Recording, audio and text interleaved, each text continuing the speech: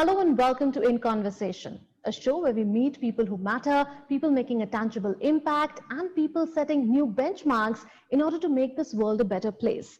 Think about this. Estimates suggest that every year we pour 8 to 10 million tons of plastic waste into the oceans.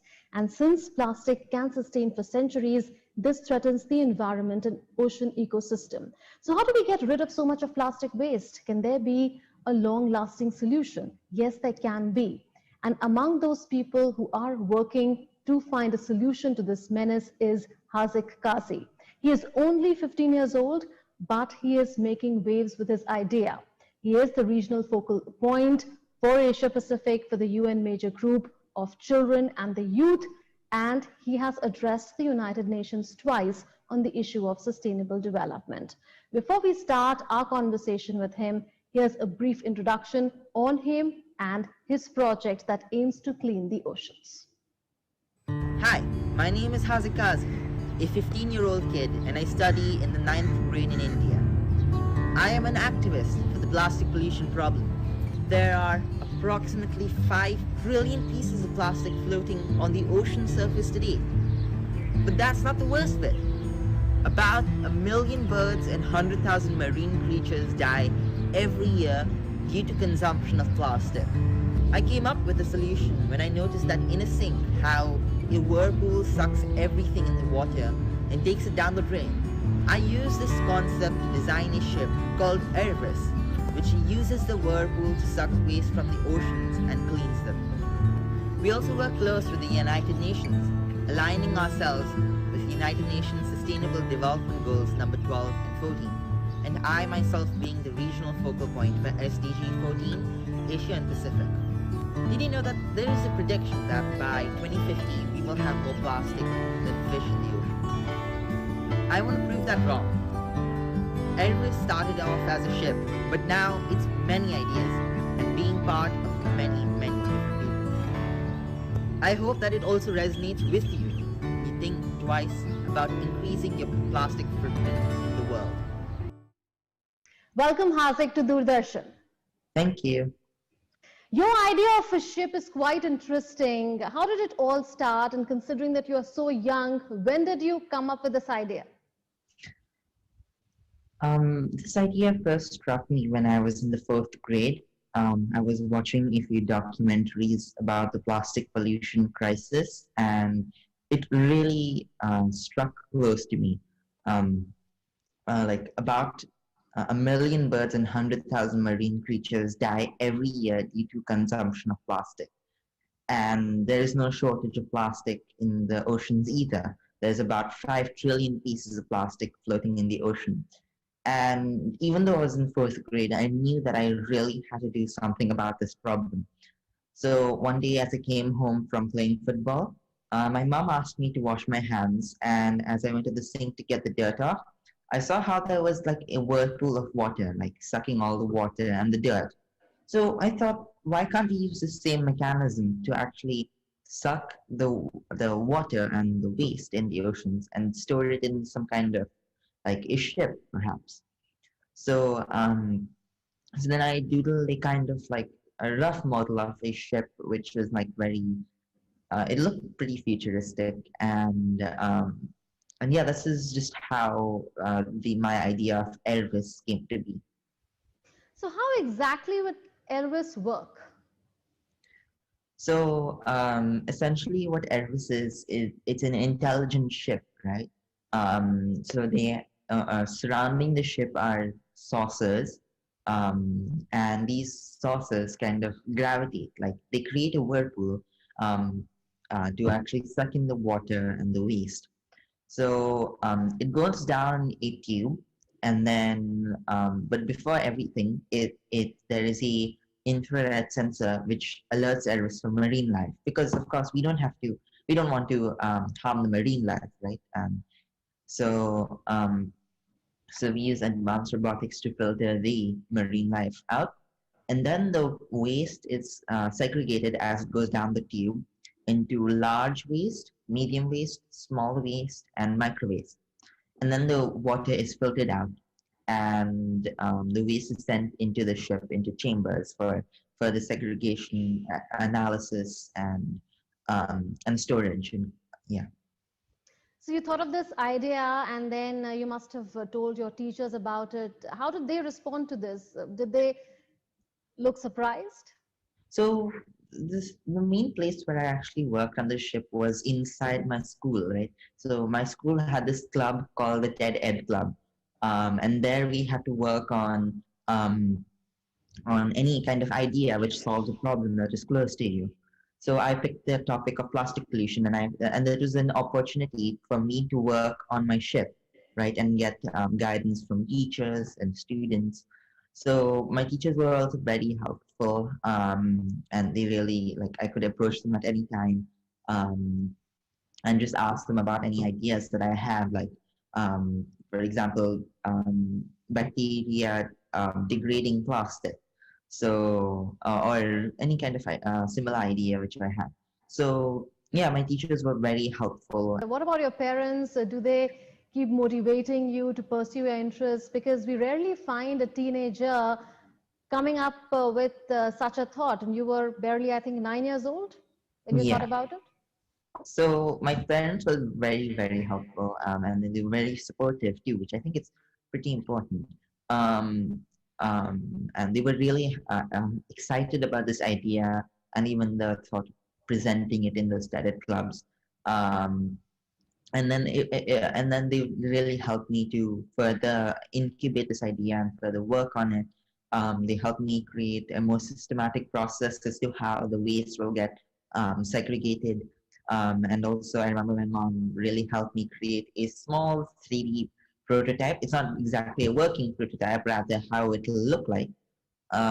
So she helped me create it. And then even when I went on to present it in my international stage, my first international stage of TED Ed weekend, my mom and dad really helped me to like reach out to many people and really really bring Airbus to what it was, which was very rudimentary, to a more like a more efficient and more realistic model. So yeah, they were really, really supportive. And is this a topic of discussion with your friends? Do they also motivate you? Yeah, I like again in those TED clubs, we were all in it together, right? And everyone had like other amazing ideas, and then we were really like collaborating with each other. And even now, my friends are really interested in this topic. Like, um, um, so one of my friends really approached me, and they like really ask questions about how the ship will work. They also even like one friend also asked me if they can work on it, like help me to advance it further.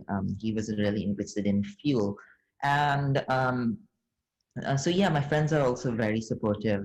You thought of the idea when you were just 9, you're 15 years old now. At what stage is the idea? Have you worked upon it? So again, the ship is constantly being worked upon. When I first presented it in the TED clubs, it was again very basic, right? It was like a circular ship, and then it had saucers attached to it. But now it looks like a more realistic thing, which is more hydrodynamic and more much more like what you would see as a real ship, right? And then again, it's also constantly evolving, like the waste capture mechanism, the fuel it uses, and like hydrodynamics, and all of that is just constantly being worked upon.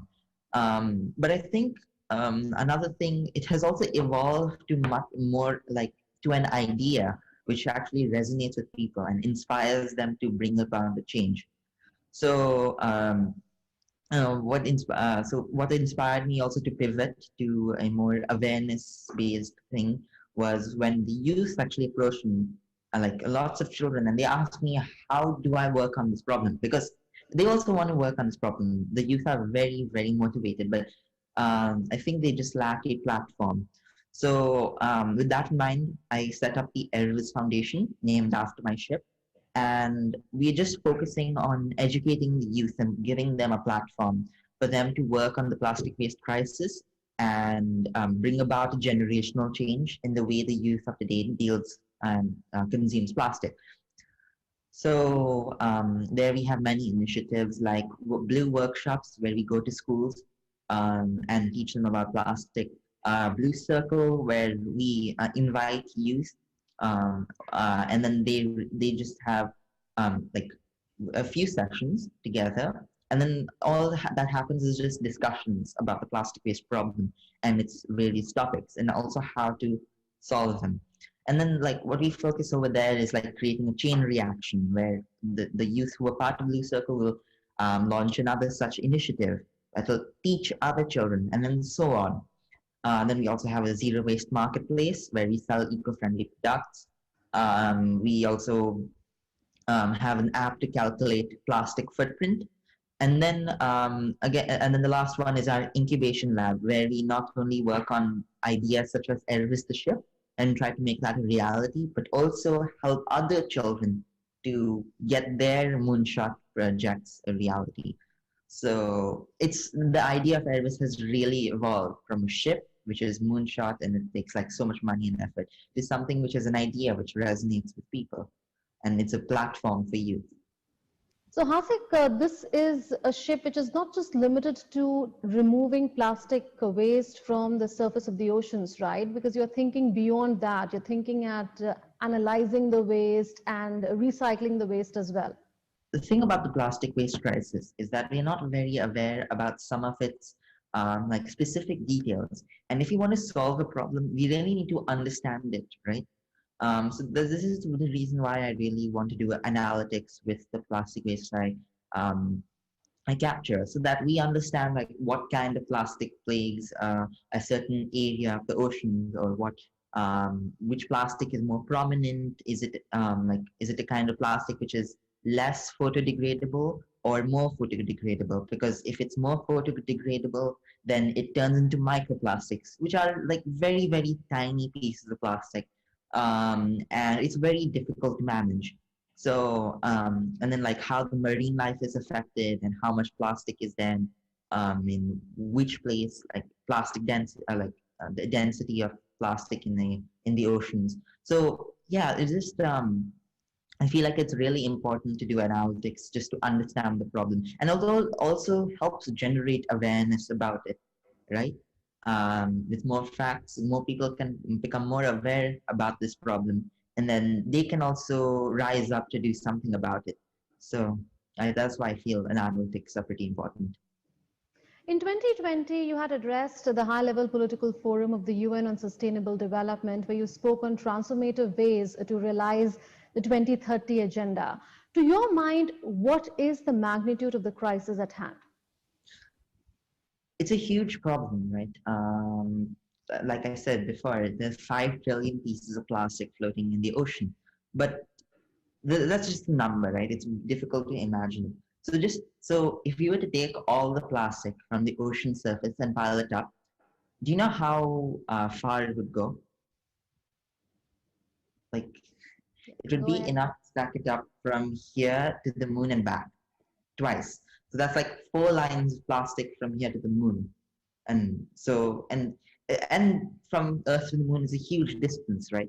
And it is just a huge amount of plastic that really plagues our oceans. And it also comes back to us, right?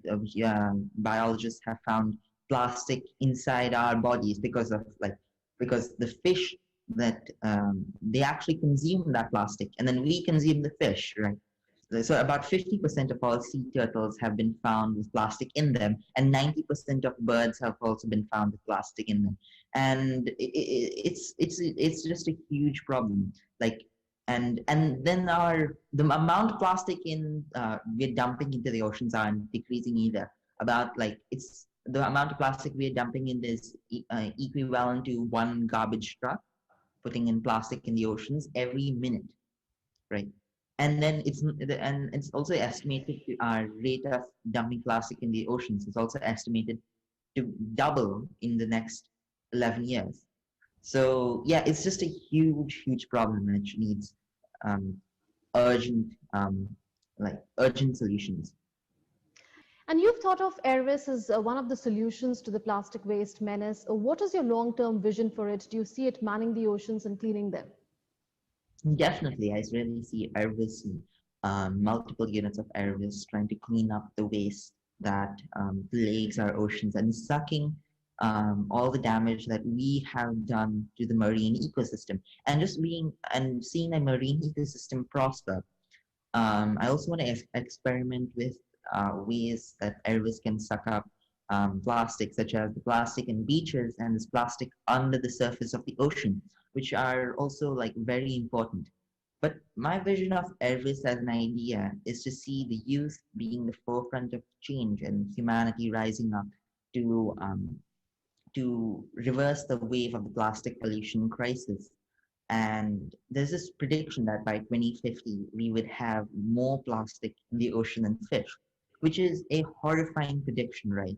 And my vision of Elvis is just to prove that prediction wrong. Well, you referred to your interactions with children. When you interact with them, what's the sense that you get? Do you see some eagerness, or do you see a lot of eagerness among the youth to adopt greener ways? Definitely, this is really why I set up the foundation in the first place. The youth really wanted to know what they can do about this problem, and the foundation is why I set it up to give them a platform to work on it, and just interacting with so many youth and just meeting lots of children and seeing their passion about doing something against this problem, and seeing their drive and eagerness is just also really inspiring. And there are so many kids who are very passionate and really want to do something about this problem. And I think it's just really important for them to receive a platform so that they can fight against the plastic pollution crisis. Well, Prime Minister Narendra Modi has given a clarion call to rid the country of single-use plastic by 2022, and that can only happen with behavioral change. Haaziq, do you see India going in that direction? The thing about plastic is that it's a habit, right? So it's convenient, it's easy to use, and humans really want convenience, right? It's very easy to just get that plastic water bottle and just dispose it after you're done, rather than taking a metal bottle with you the whole trip, right? But we really need to bring about a behavioral change and bring and introduce it slowly, right? We can't like simply like just hold plastic and then expect everyone to follow that. It's pretty difficult, right? So we need to have a slow change, a slow and just get rid of this habit, right? You can't expect to break this habit like just like that. So we need to have, and but I definitely see India like trying to um, really pull up the stocks and avoid using single-use plastics.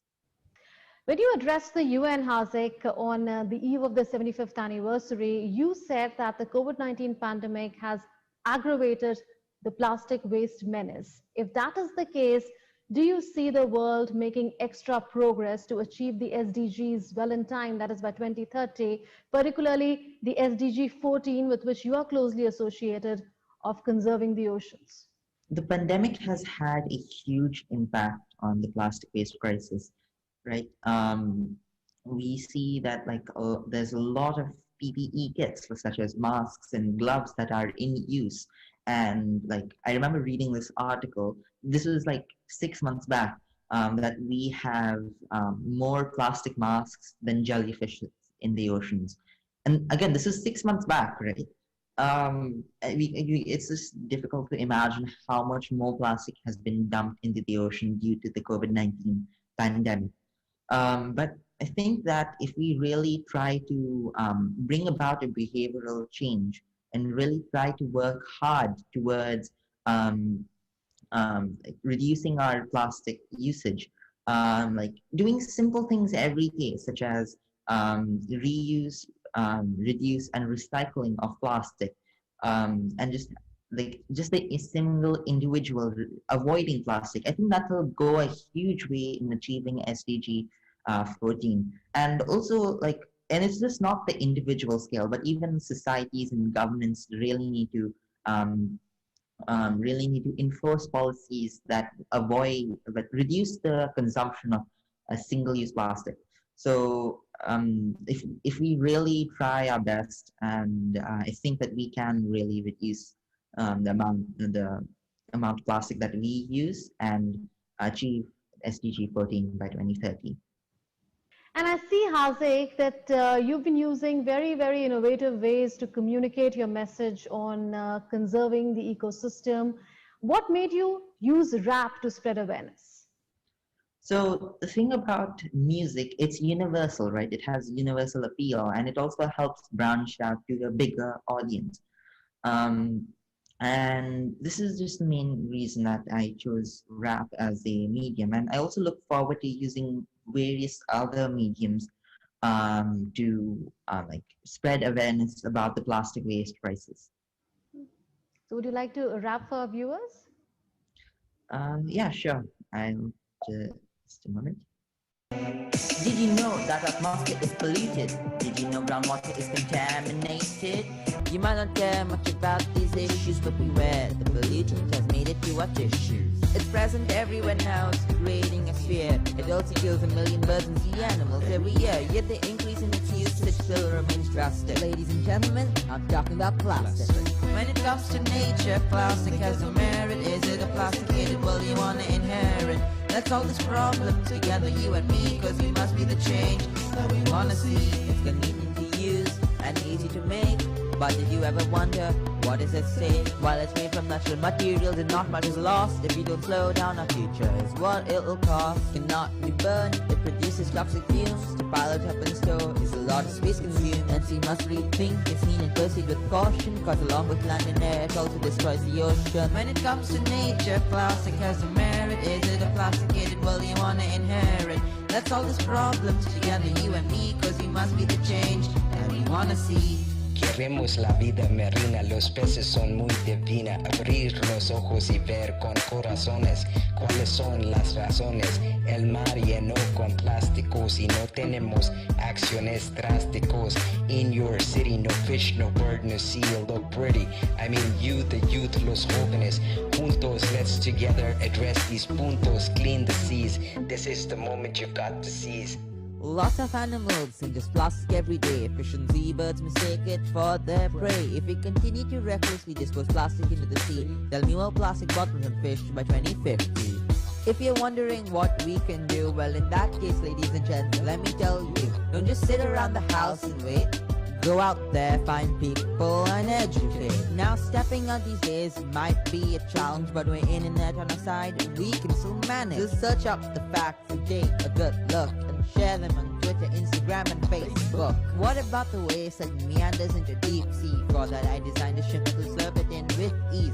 Maybe today the idea sounds a bit sublime, but I promise with your help we'll be there in no time. When it comes to nature, plastic has no merit. Is it a plasticated world you wanna inherit? Let's solve this problem together, you and me, cause we must be the change that we wanna see. When it comes to nature, plastic has no merit. Is it a plasticated world we wanna inherit? Let's solve this problem together, you and me, cause we must be the change that we wanna see.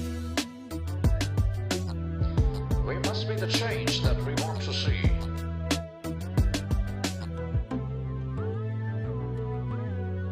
Awesome, Haaziq. This definitely has more convincing power than plain simple talk. Haaziq, we come across these disturbing pictures of dead whales washing ashore on the beaches of many countries just because they've consumed so much of plastic that they can't survive. Have you had a close brush? Have you seen closely the perils of plastic pollution? While I've not seen it exactly plaguing the oceans, I've seen plastic pollution littered all across the streets and nearby my house and on the ground and the pavement and the roads. And there's just so many places I can name where I've seen plastic.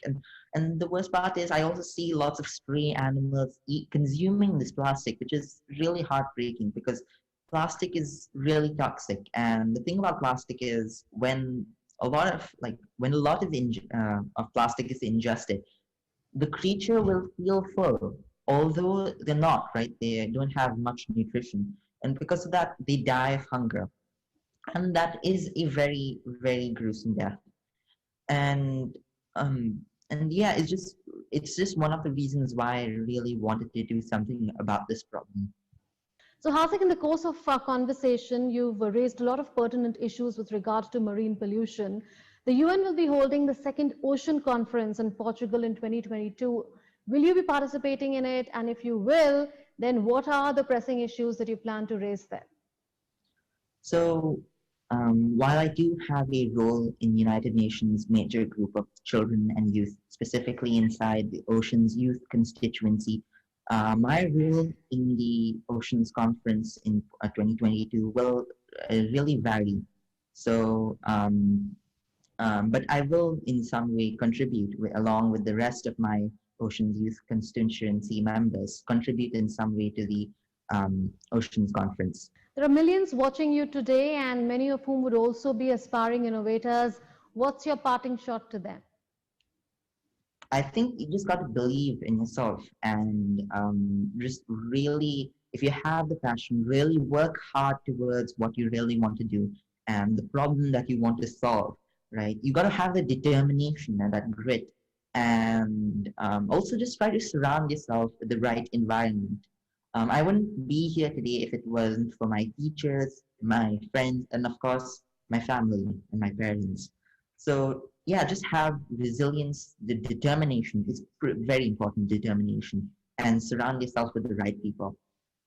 Well, it's quite commendable that India has such young and driven change makers like yours who are so invested into finding a solution to problems that concern life on the planet. Thank you, Haaziq, for having joined us. Thank you so much for inviting me here.